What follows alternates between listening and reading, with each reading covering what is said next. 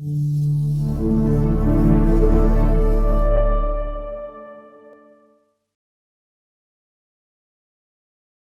this is something I love to talk about because it's something that almost gets under my skin, where people make these comments and I think to myself, they obviously have not used this system before.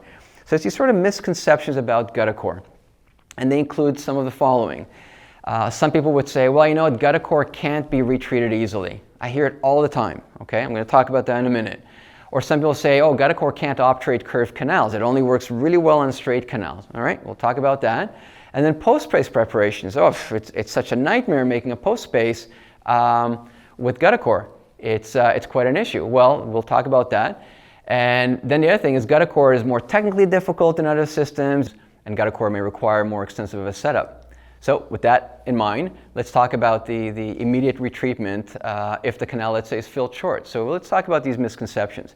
So for me, the reason why I love talking misconceptions is because if anyone makes any one of those comments, I strongly urge you to ask them, have you ever actually used it? Please, because you'd be amazed how often people comment on stuff and have never used it thinking, oh, I don't even bother using it. I just know it's not good. Well, if they haven't used it, there's no point even talking to them about it. Again, it's a real pet peeve of mine when it comes to these misconception comments about it. So first is immediate retreatments. Imagine you fill a canal short, and I'm going to show you this little video over here of me putting in this GuttaCore, and for whatever reason, I'm not going to the length that I need to go. Whether I spent too much time from the oven, I let it cool off, or maybe here's my clinical view of the same case. Either I spent too much time and it cooled off, maybe I was too fast, maybe I didn't use the corresponding size of the GuttaCore to the instrumentation, I was way off. Whatever the reason, imagine as you see in this radiograph, I'm filled way short of the apex. So the arrow is pointing to just the sealer that's there. It's not the guttapercha. So what do you do in this case? Because some people have these issues. Go, oh, sometimes you may feel short. It's a real problem. Well, it's not. All you have to do is you grab a headstrom file. In this case, it's a small headstrom file. Turn it clockwise so it engages part of the guttapercha. You go, let's say, halfway up the root. Remember, the GuttaCore hasn't fully set. The sealer hasn't fully set. Grab this thing, pull it out, and I kid you not, this is all it takes. And look at that guttapercha. It's come out all clean, and that's it. It's like an immediate, complete retreat. And you don't have to go back in there with your master file. You don't have to do anything. Maybe just coat a little bit more sealer in there and get right back to it. And whatever mistake you did initially, whether you're too slow or whatever it is, just make sure you do it right. That's all. But it's not the end of the world whatsoever.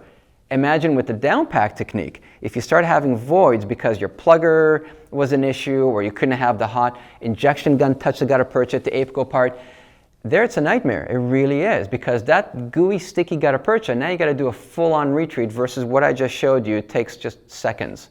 So it's not the end of the world if you obturate, you take your x-ray, you realize, no, I'm not at the length I need to be, I'm too short, then go in there with the headstrom. You got time, you're good, there's no pressure there. So that's one thing. Another one is, oh, I can't retreat guttapercha. Well, I can't retreat GuttaCore, excuse me. Well, it's guttapercha. So ask yourself, how do you retreat guttapercha cases? Well, just do it the same way, that's it. Okay, so use whatever instrument you want, whatever technique you want. It's guttapercha, whatever solvent you want to use.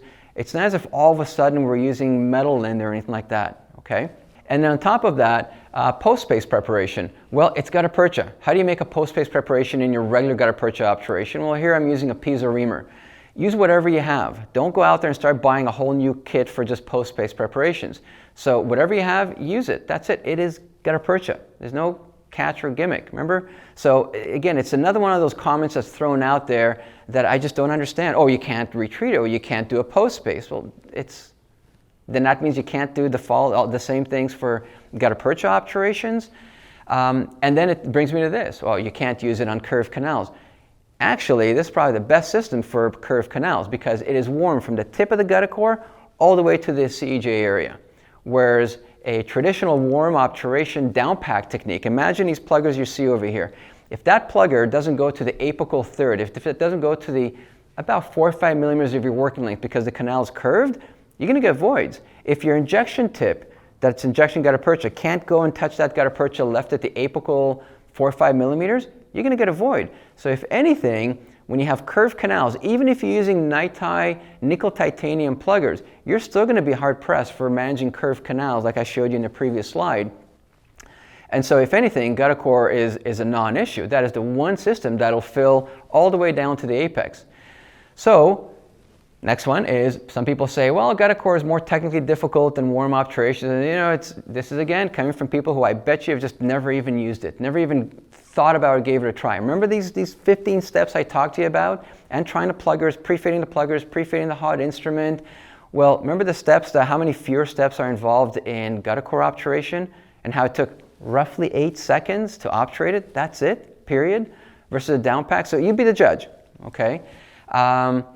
And then in terms of the setup, it's a no-brainer. I mean, look at the setup you need for a warm obturation. You need the oven, you need the injection gun, you need the hot instrument, you need various pluggers, possibly nickel titanium pluggers for curved canals, but again, they have their limitations too, versus cotton pliers, and that's it, your obturator, okay? Very, very simple. So it brings me to one of the other misconceptions, and that is a question I get sometimes, where people say, well, you know, sometimes I get this obturation where the GuttaCore goes out the apex. Shouldn't happen often. If it does, why does it happen? Am I using too much sealer or not? Well, apical extrusion is something that is rarely I've seen due to the GuttaCore. It actually has to do more with the instrumentation or the obturation. So it's not the GuttaCore or the sealer. It's not as if, oh, you used too much sealer or the GuttaCore is wrong. It has to do with more with other aspects of the endo treatment, and it's mainly to do with the instrumentation and length determination.